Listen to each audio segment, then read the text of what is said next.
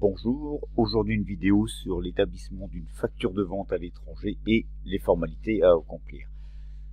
Avant de partir directement dans le vif du sujet sur l'établissement d'une facture, il y a beaucoup de prérequis à maîtriser. Quand je vends à l'étranger, il y a deux possibilités. Soit je vends à un client qui est membre d'un pays de l'Union européenne. Dans ces cas-là, je fais ce qu'on appelle une livraison intracommunautaire. Soit je vends à un client qui n'est pas dans un pays de l'Union européenne et il s'agira là d'une exportation. Donc, évidemment, quand on parle d'échange intracommunautaire, donc dans l'Union européenne, il est important pour vous de connaître la liste des pays membres de l'Union européenne. Alors, plutôt que de vous mettre dans le PowerPoint une carte qui aurait surchargé le document, j'ai préféré intégrer un lien hypertexte qui va me permettre de vous montrer ça plus facilement.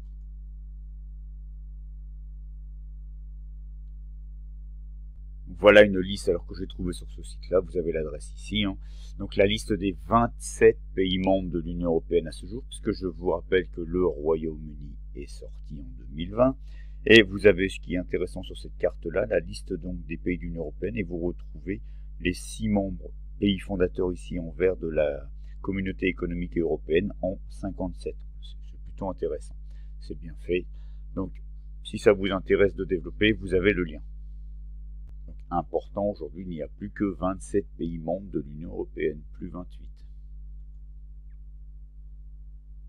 Donc, on a donc 27 pays membres de l'Union européenne, mais attention, tous ne sont pas membres de la zone euro ou de l'Union économique et monétaire. Pareil, un lien hypertexte.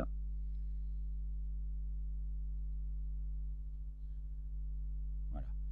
Donc, les pays membres de la zone euro, il y en a à ce jour 19, et ils sont là. Donc, France, évidemment, Espagne, Italie, Allemagne. Donc, la liste elle est là. 19 sur 27. Donc, tous n'ont pas adopté l'euro comme monnaie. Je vous rappelle que ces 19 pays membres de la zone euro ont donc l'euro comme monnaie nationale. Donc, quand on veut établir une facture de vente à l'étranger, ce qu'il faut savoir déjà, c'est que c'est la TVA du pays d'arrivée qui va s'appliquer. En effet, sur le logiciel français, vous n'allez pas avoir tous les taux de TVA de tous les pays avec lesquels vous pouvez faire des échanges. C'est impossible. Afin de faciliter ces formalités-là, il a été décidé que c'est la TVA du pays d'arrivée qui s'appliquait. Donc, sur sa facture, notre fournisseur français va indiquer la mention suivante: exonération de TVA, article 262 ter 1 du Code général des impôts. Si c'est une livraison intracommunautaire, on devra également mentionner sur la facture le numéro de TVA intracommunautaire de l'entreprise, ça il faut donc le fournisseur, ça va se faire automatiquement, mais aussi obtenir celui du client. Et le numéro de TVA intracommunautaire, c'est un numéro à 11 chiffres, donc qui comporte 2 lettres du pays, FR pour la France, DE pour l'Allemagne, une clé informatique de 2 chiffres et le numéro sirène qui, je vous rappelle, est composé de 9 chiffres. Évidemment, si c'est une exportation, il n'y a pas de numéro de TVA intracommunautaire. L'entreprise va pouvoir utiliser le document visé par la douane à titre de preuve, comme quoi elle a bien effectué les démarches. Donc la facture à réaliser en soi, elle est simple puisque vous allez faire votre facture habituelle. La différence qu'il va y avoir, c'est que vous n'aurez pas de calcul de TVA à effectuer. Mais par contre, vous pourrez toujours avoir des remises, des escomptes, ce que vous voulez, ça ne change rien. C'est juste en matière de TVA. On établit une facture hors taxe. Alors, quand on a des échanges intracommunautaires, on doit établir une déclaration. Une déclaration d'échange de biens si c'est des biens qui sont échangés, ou une déclaration d'échange de services si ce sont des services. Alors pourquoi? Parce que vous avez, depuis 1993, la libre circulation des biens et des services au sein de l'Union européenne. Vous devez donc effectuer une déclaration d'échange de biens ou déclaration d'échange de services. Il est possible de le faire en ligne. Je vous ai mis un exemple là. Voilà, donc sur le portail de la douane, on peut le faire en ligne. Alors évidemment, je n'ai pas de compte, je ne vais pas pouvoir me connecter, mais on peut le faire simplement en ligne. Alors, en fonction de l'opération que vous effectuez, une introduction ou une expédition de marchandises et du seuil en euros, vous allez avoir différentes formalités. Enfin, la formalité déclaration d'échange de biens va s'appliquer ou pas. Voilà, on va aller voir les seuils. Hop. Donc si j'établis une facture, c'est que je suis fournisseur, donc j'expédie de la marchandise. Donc sur l'année civile, si le seuil est supérieur à 460 000, déclaration détaillée. En dessous de 460 000 € à l'année, sur l'année civile, la déclaration elle est simplifiée. Donc ces déclarations vont servir à plusieurs choses. La douane va établir des statistiques d'échange intracommunautaires. Ensuite, ça permet un contrôle fiscal des opérations, notamment en matière de TVA. Ça permet aussi la lutte contre la fraude, le trafic au noir, etc. Alors, la déclaration d'échange de biens, concrètement, un exemple. Voilà.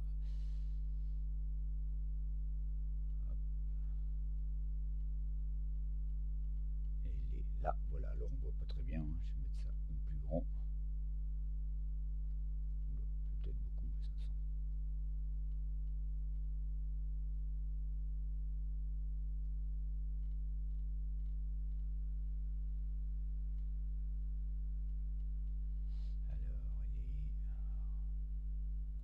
Voilà, donc elle est ici. Donc, il y a évidemment plusieurs éléments à indiquer, à mentionner sur la facture. J'ai remis quelques éléments sur le PowerPoint. J'ai pas repris tous les intitulés de colonnes, ça ne servait pas à grand chose, mais les principaux que je vais vous expliquer.